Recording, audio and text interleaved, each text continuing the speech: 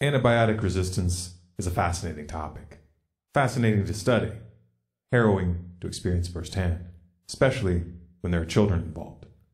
In this video, I'm going to start by describing what my family, my community, and I experienced during a microepidemic of MRSA, antibiotic-resistant staph, which developed over the course of 2 years and which peaked between December of 2015 and August of 2016, leaving me with the visceral sensation of my mortality and a hole in my right lung. Throughout this account, we will point out mistakes that were made and lessons that were learned along the way. At several points in this crisis, I would have died if I had listened to the doctors. And it was only by completely abandoning their approach that we broke out of the antibiotic spiral. Finally, we'll describe an alternative treatment protocol that we developed to get the infection under control. Given the rise of antibiotic resistance, this information will likely be relevant to you or those that you love within your lifetime. My first close encounter with this bacteria was in 2013, when an infection that started as a small pimple on my knee began spreading rapidly underneath my skin. This condition is known as cellulitis. I had never heard of such a thing and didn't realize I was in danger until it became so painful I could hardly walk.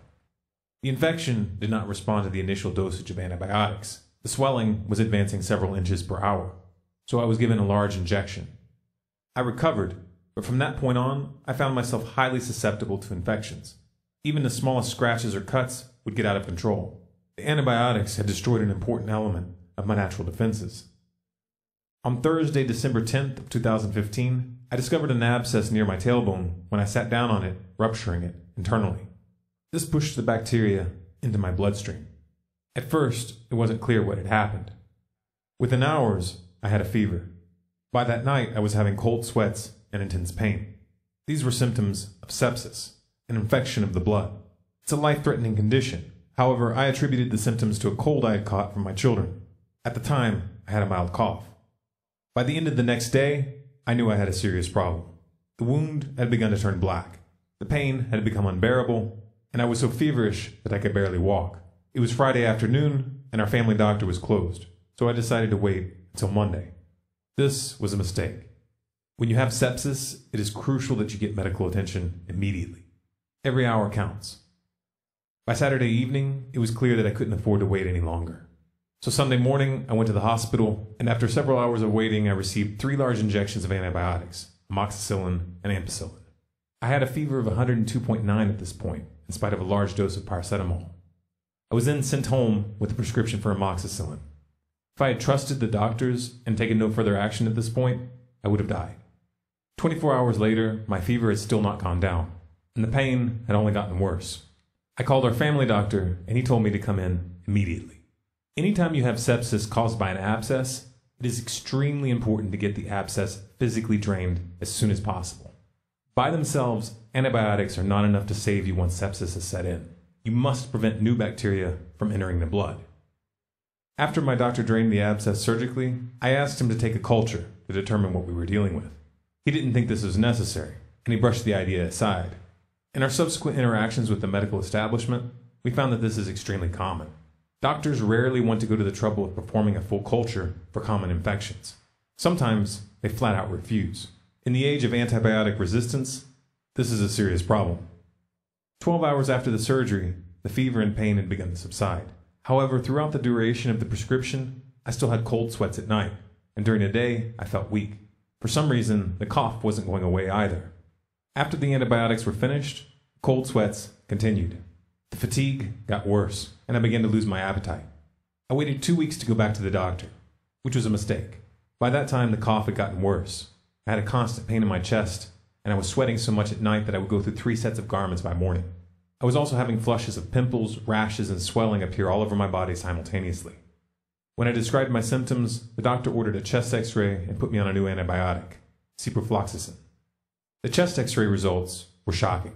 I was told that I had a 1.6 centimeter hole in my right lung and scarification on both sides. This damage was permanent. Based on the symptoms, the doctor assumed that I had tuberculosis, and 3 weeks were wasted on tests that turned out to be useless. In the meantime, I had begun coughing up blood and pus. The results for TB were negative. The hole in my lung was caused by a lung abscess. Once staph gets into your blood, it can travel anywhere in your body, causing new infections. The common cough that I had acquired from my children created a weak point in my lungs which allowed the infection to take hold. Unfortunately, combined with the fatigue and the night sweats, The symptoms were indistinguishable from those of tuberculosis. Due to this misdiagnosis, the proper tests were not performed until too late. We still didn't know for sure what kind of bacteria we were dealing with. After 2 weeks on a new antibiotic, azithromycin, the cough finally subsided, and the night sweats stopped. So the doctor ended the prescription. This was January 24th. Within 3 days of ending the antibiotics, the night sweats returned, and I began to have flushes of pimples appear in random parts of my body again. At this point, I resisted returning to the doctor. I no longer had any confidence in their approach. However, after about 2 months, the night sweats were becoming unbearable, and some of the pimples were developing into large abscesses. So finally, I scheduled an appointment to get one of the abscesses cultured. The results of the culture confirmed what I suspected. It was antibiotic-resistant staph, and there were only a few medications that it was sensitive to. I was placed on one of these, cotrimoxazole, for over a month. At this stage, we began to do our own research. The doctors had given us absolutely no information about this bacteria or how to control it. We discovered that staph is highly contagious. It can survive on surfaces and fabrics for several weeks, and it can easily pass from person to person through casual contact. We also discovered that MRSA was rampant in the community. Once we recognized the symptoms, we realized that it had been circulating among the children in the form of impetigo, which is caused by staph, for over a year. This became a serious problem. After the cotrimoxazole prescription ended, I was immediately reinfected by one of my friend's children. My body was completely unable to defend itself, and I still didn't know why. I didn't want to get on antibiotics again, so I began to try home remedies. Some of these remedies seemed to help. Some made it worse, but nothing stopped it completely. Then one of the infections got out of control and began spreading rapidly through my left arm. I was forced to go back to the doctor. By the time we got a new culture done, it showed that the bacteria had developed resistance to all the previous antibiotics, and there were only 2 medications left that could be taken without an IV, tetracycline and rifampicin. To prevent it from gaining resistance, I was placed on both of these at the same time. When the doctor removed the scab, we discovered that the infection had dug a hole into my forearm a full 1/4 inch deep. Because it was so deep, it took just over 2 months to heal. I continued taking both of these antibiotics for that entire period. By the time the hole had closed, I was already seeing signs that the bacteria had acquired resistance. During this 2-month period, I had self-quarantined to avoid reinfection. My children were visiting their grandparents, and one of them had been put on antibiotics during the visit to fight her own infection. Just before they returned, her symptoms came back. At this point, it became clear that I was going to get reinfected. It was also clear that antibiotics were a dead end. We had to find an alternate solution. After some research, we implemented a protocol which included eliminating vectors of transmission, dietary and lifestyle changes, probiotics, and oregano oil as an internal supplement. This protocol helped and may have eventually worked on its own. However, what stopped the infection in its tracks was an experimental technique that we developed based on how bacteria operate. After each round of antibiotics since the first infection in 2013, I had taken probiotic pills to reestablish the bacteria that normally inhabit the digestive system. Antibiotics wipe these out, and there are a number of secondary symptoms that can occur as a result. However, these probiotic pills were only effective for rebuilding the bacteria in the gut. It doesn't help with the bacteria of the skin. Healthy skin is colonized by good bacteria, which form our first line of defense. Killing it creates a vacuum. After months of heavy antibiotics, I had totally wiped out my skin's ecosystem. Once I realized this, it dawned on me that I had to find a way to repopulate the good bacteria on the skin.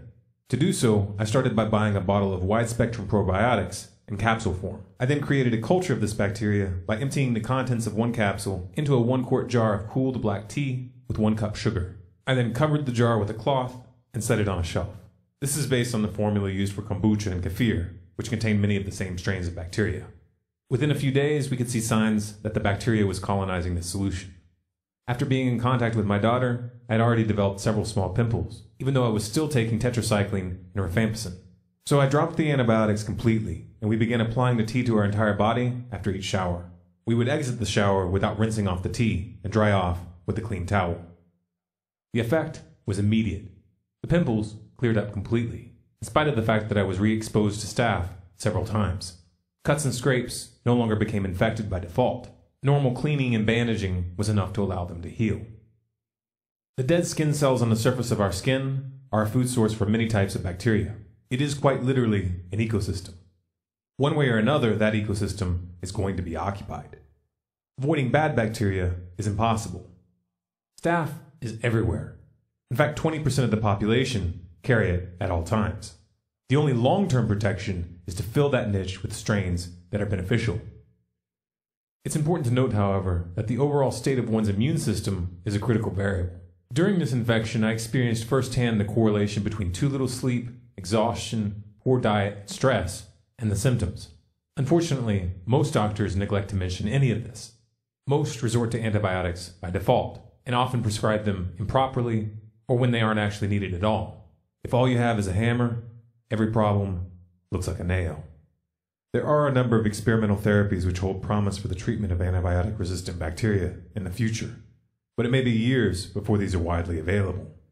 In the meantime, if you or your family find yourself dealing with an infection that just won't go away, it's important to realize that conventional medicine may not be able to help you, and that your doctor may pressure you to pursue treatments that only make your condition worse. That's a frightening reality to come to terms with, but if you do your research and take responsibility for your own health, there is hope. For more details and specific instructions on treating and preventing MRSA outbreaks in your home, visit our website at stormcloudsgathering.com/how to stop chronic MRSA. To support our work, visit our donate page at stormcloudsgathering.com/donate. You have permission to download and transmit any and all of our content through any venue, commercial or non-commercial. If you want more, follow Storm Clouds Gathering on YouTube, Facebook, and Twitter. For sources, transcripts, and email updates, visit our website at stormcloudsgathering.com.